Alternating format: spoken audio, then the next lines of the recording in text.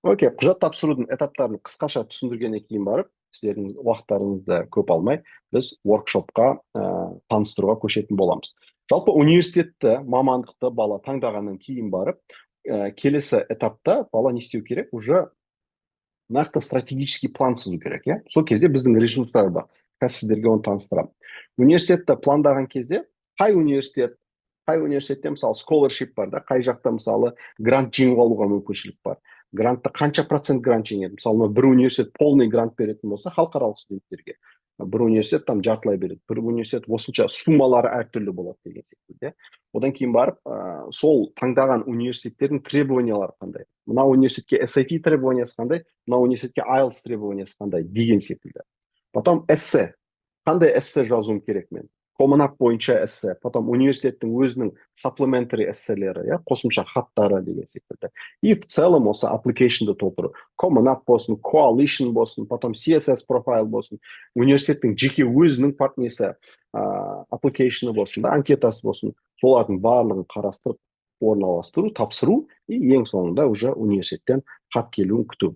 Конечно же, виза бар. И осы біздің неміз болады, бір жылдық стратегиямыз болады. Осыны бала алдын ала не істей алу керек? Біліп, дайындалып, жоспарланып, түсініп не істеу керек. И және де мысалы Мақпал ханым айтып жатыр, то, что вот Америкаға келді. И Америкаға келгеннен кейін баланың мотивациясы ашылды деп, сұңқардың. Мотивациясын басқа не нәрсе ашуы мүмкін? Иә, мотивациясын басқа не ашу мүмкін? Мысалы, өз басында сол жаққа түскен, Гарвардқа түскен, там Америкада барып оқыған, немесе Кореяда, Малайзия, Турцияда барып кездесіп оқыған азаматпен кездесетін болсам, менің де нем ашылады, қызығушылығым ашылады. Ананың қызық әңгімесін тыңдаған кезде, ол жақтың өмірдің ерекшелігін тыңдаған кезде, ол жақта оқудың ерекшелігін тыңдаған кезде ынтаңыз ашылады. Оны да біз воркшопта қарастырып отырмыз, оны айтатын боламыз. Ресурстар бізде қазір енді порталымыз бар, өзіміздің сол порталда бұл совместно Англия мен Американ компаниялар қосып жасаған портал, сол жақта бізде доступ бар. И оқушылар кіріп, мысалы, қысқа квиздарын тапсыру арқылы өзінің қабілеттерін анықтай алады. Лайбрариге кіріп, мысалы, көптеген мамандық бойынша, университет бойынша, мысалы, ақпараттар жинай алады. Потом өзінің эсселерін қолданып, мысалы, ментормен жұмыс бөлек, мына жақта өзі отырып, мысалы, жазып жатқан тапсырма берілген нәрсені мына жақта компьютердің көмегімен мына сұраққа жауап береді, келесі сұраққа жауап береді. Сен мынаны дұрыс жауап бердің, дұрыс жауап бермедің деген секілді. Қай жаққа тапсырып жатса, Англияға тапсырып жатса, мынаны қолдану арқылы, компьютерлік бағдарламаны қолдану арқылы жеңілірек жасау мүмкіншілігі бар. И одан кейін барып университеттердің барлығын, мысалы, осы жақта порталға кіріп анализ жасайды. Иә, қазіргі таңда уже компьютердің анализ мүмкіншіліктері жоғарылаған.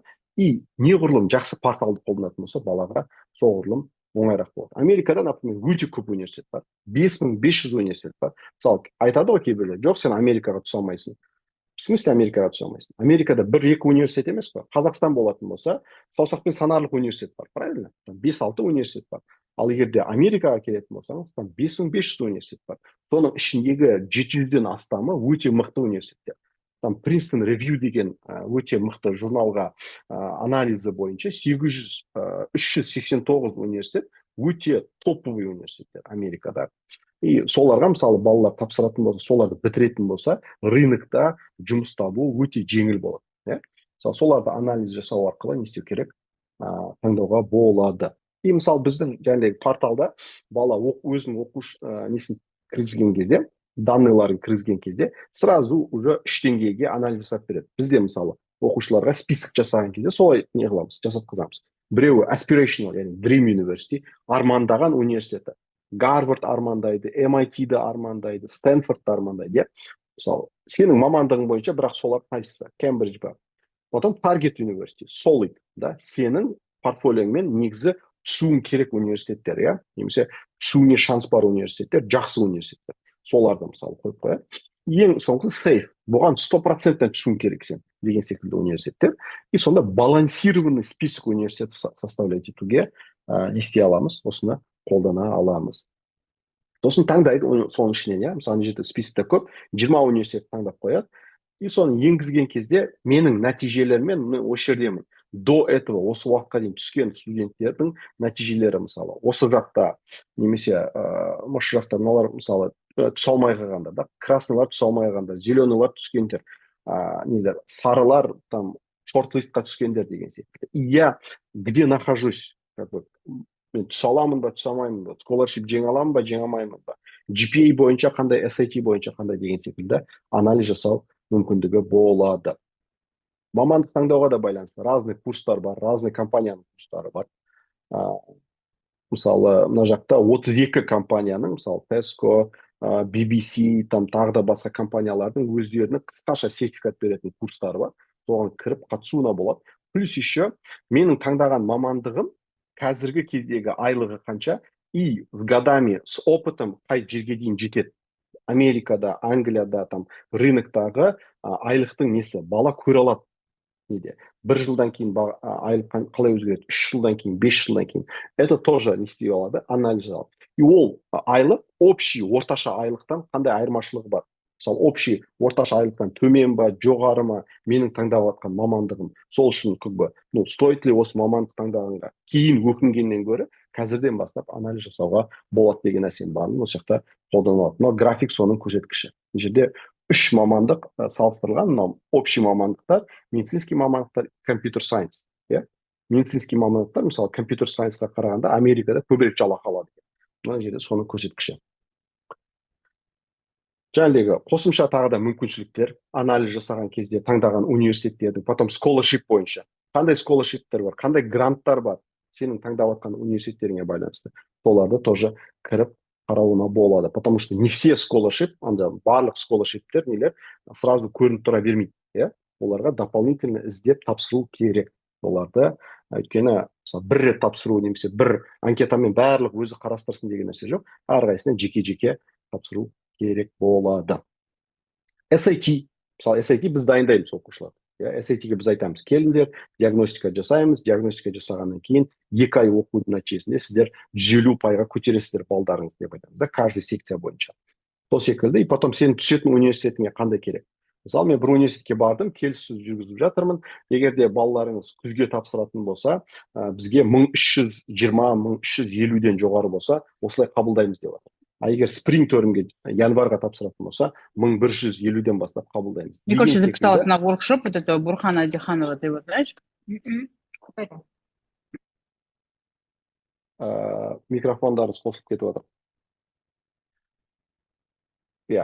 IELTS 7.0 мысалы да, немесе там 6.5 деген секілді нәтижелері. Бұл стандартизированный тесттер, ағылшын тілі и стандартизированный тесттер. Кейбір кезде SAT optional болады, Америкада тапсырған кезде. SAT тапсырғанның тағы бір ерекшелігі, сіз Америкаға емес, басқа мемлекеттердің де нелеріне тапсыра аласыз. Университеттеріне тапсыра аласыз. Английский, соответственно, бұл бүкіл жерге керек. Дүние жүзінің қай жеріне тапсырсаңыз да, IELTS нәтижеңіз, немесе TOEFL, Duolingo, бұл кез келген жерде сұралатын тест. Ағылшын тілі бойынша IELTS-ға біз дайындық жасаймыз. Біз IELTS орталығымен неміз бар. IDP орталығымен, British Councilмен біздің партнерлық бірлестігіміз бар. Біздің нелеріміз всегда солардан біліктілігін арттырып отырады. Каждый біздің модульдің өзінің планы бар, планы сызылған, да. И о жақта мысалы келген оқушылар обязательно диагностикалық тесттен өтеді, да. И уровеніне байланысты неден өтеді? Соответствующий дайындықтан өтеді. Мысалы модуль 3 болатын болса, ол уже upper intermediate немесе intermediate жоғары деңгейде 2 ай ғана дайындық талап етеді. Бала егер де ондай, мысалы андай емес, да. Кей кезде балалар сразу IELTS дайындыққа бара салады. Олай емес. Сіз диагностикадан өтуіңіз керек, чтобы анықтау үшін сіздің уровеніңіз қандай. Сіз IELTS дайындыққа балаңыздың нәтижесі жеткілікті ме, жеткіліксіз ба? Немесе ол pre-IELTS, яғни IELTS-қа дейінгі әлі уровень көтеру керек па деген нәрселерді тоже біз алдын ала қарастырамыз. Мысалы ағылшын тілі бойынша бізде аптасына 5 сабақ интенсивно өтеді, 6-шы күні спикинг сабақтары өтеді. Бұл IELTS тоже университеттерге тапсыруға маңызды бір пункт. Окей, енді мысалы Америка деп айтып жатырмын мен, чатты ашсам, сіздерден сұрасам, жалпы қандай мемлекеттерді ойластырдыңыздар? Наверное, Американы ойластырдыңыздар, да? Америкадан бөлек қандай мемлекеттерді ойластырдыңыздар? Чатқа жаза аласыздар ма? Мен мысалы осы мемлекетте де қоса ойлап жатырмын деген секілді. Яғни біздің тапсыруымыз немесе шетелдік университеттер туралы сіздердің ойларыңызға қанша университет кірді, соны мен бір білсем. Хорошо. Енді бұл жерде мына нәрсені түсіну керек. Біз қай мектепте оқимыз? Егер де біз 12 класстық мектепте оқитын болсақ, біз почти барлық мемлекетке тапсыра аламыз. Бірақ егер 11 класстық мектепте оқитын болсақ, Европаның әсіресе мынау батыс Европаның нелері қабылдай бермейді бізді. Правильно? Оларға дополнительно foundation оқып, потом түсу керек. Тот же Италияға, тот же Германияға, да, тот же Нидерландыға, Францияға не істеу керек? Дополнительно тағы да бір жыл оқып, одан кейін барып не қылу керек. А 11 класстан кейін сразу түсе беруге болады. Это ақш, там Канада, Гонконг, Корея, Сингапур, Турция, Венгрия, да, или Восточный Европаның көптеген мемлекеттеріне тапсырып істей беруге болады, түсе беруге болады. Осындай айырмашылықтар бар. Японияға да түсе беруге болады. Осыларын нужно учитывать. Потом, мысалы, кейбір адамдар тапсырған жерге, кейбір адамдар тапсырғысы келмейді. Біреу Эмиратыға, Катарға тапсырса, екіншілер тапсырғысы келмейді. Біреу Гонконгқа тапсырса, екінші тапсырғысы келмейді. Это не үшін, потому что тоже қандай көрмеген соң, білмеген соң, ол жақта қандай мүмкіншіліктер бар, білмеген соң тоже не істейді. Немесе тоже самое. Америкаға мен түсе алмаймын деген секілді көзқаратын болса, тоже не істемейді, бала даже не будет пробовать. А мы хотим, чтобы бала көрсін, білсін, пусть узнает, қандай мүмкіншіліктер бар, да, қандай нелер бар. И тапсырған нәрсені, это его не обязывает сол жаққа баруға. Сол мүмкіншіліктердің барлығын попробовать, это тоже үлкен мүмкіншілік екенін біз түсінгенін қалаймыз.